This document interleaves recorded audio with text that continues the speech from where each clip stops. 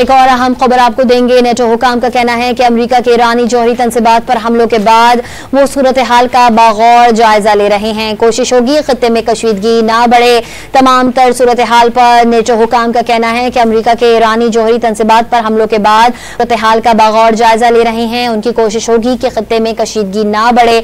NATO का बयान जारी हुआ है। नेटो हुकाम का कहना है कि अमेरिका के ईरानी जौहरी तंसीबात पर हमलों के बाद वो सूरत हाल का बागौर जायजा ले रहे हैं। उनकी कोशिश होगी कि खत्ते में कशीदगी ना बढ़े। नेटो हुकाम का कहना है कि अमेरिका के ईरानी जौहरी तंसीबात पर हमलों के बाद वो सूरत हाल का बागौर जायजा ले रहे हैं। कोशिश होगी खत्ते में कशीदगी ना बढ़े। इससे कबल ईरानी वजारत खारजा ने अमरीकी हमलों में दुनिया की खामोशी पर सवालात उठा दिए हैं। ईरानी दफ्तर खारजा के बयान में कहा गया है कि बदतरीन जाहिरियत पर दुनिया की खामोशी खतरनाक सूरत हाल का सबब बनेगी।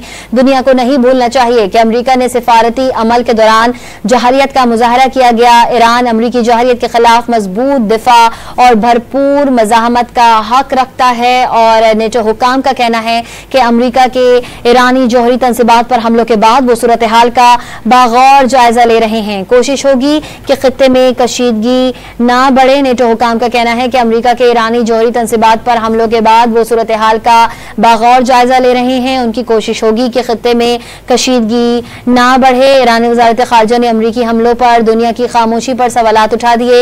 ईरानी दफ्तर खारजा के बयान में कहा गया है कि बदतरीन जाहिरियत पर दुनिया की खामोशी खतरनाक सूरत हाल का सबब बनेगी।